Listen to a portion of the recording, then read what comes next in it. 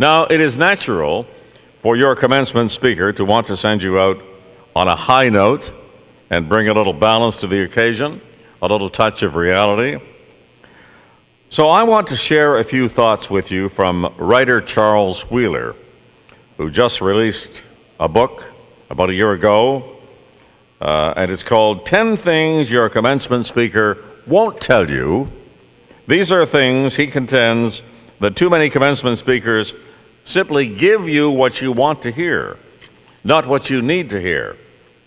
So I've chosen a few ideas from him and have mixed them with some thoughts of my own to give you an even half dozen, 6 of them. First of all, treasure your friendships. Going to school is about learning, yes, but one of the most important casual factors associated with happiness and well-being in your life as you move forward is your meaningful connections with other human beings that you have made right here.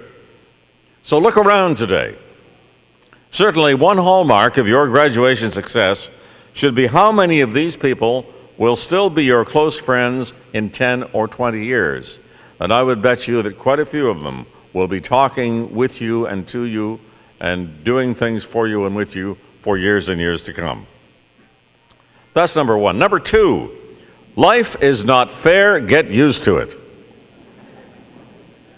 All of us who get very far have setbacks and detours along the way. Try not to be a whiner when that happens to you. Accept it and deal with it.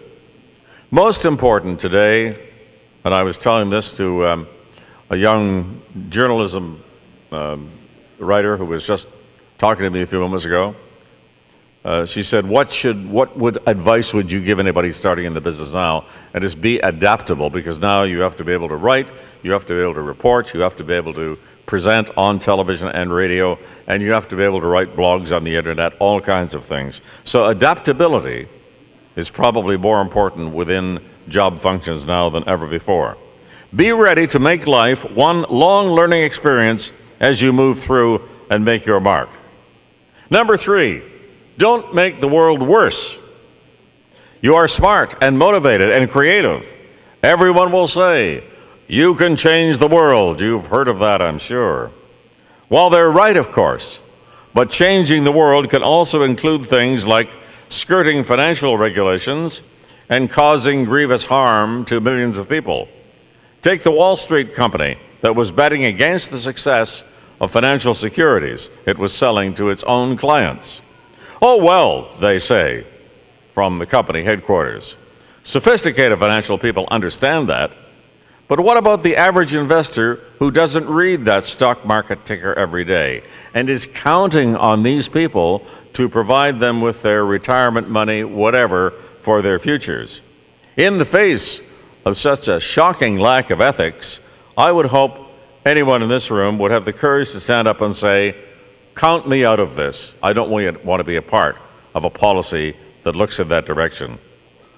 Number 4, get control of your own expectations.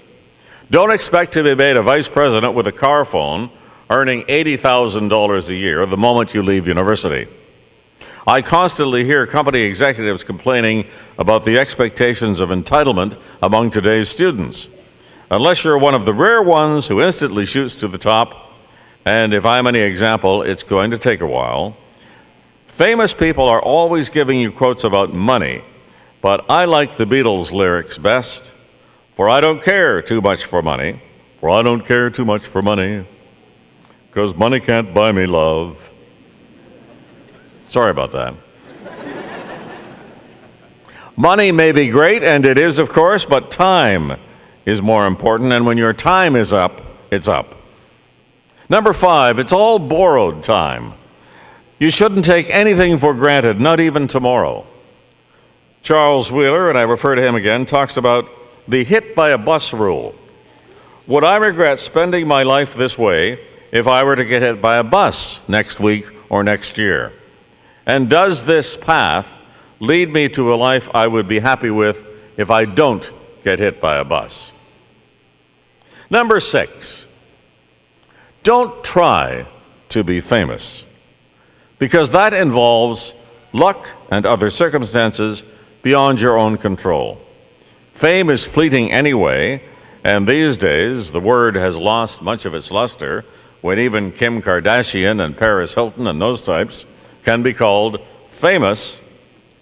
And remember, there is absolutely nothing wrong with being yourself and being the best at what you do well. Because within yourselves, within each one of you, you are unique. You can make a difference.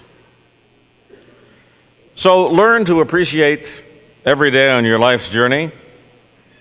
Go with your passion, follow your bliss, and have a good trip. Thank you, everybody.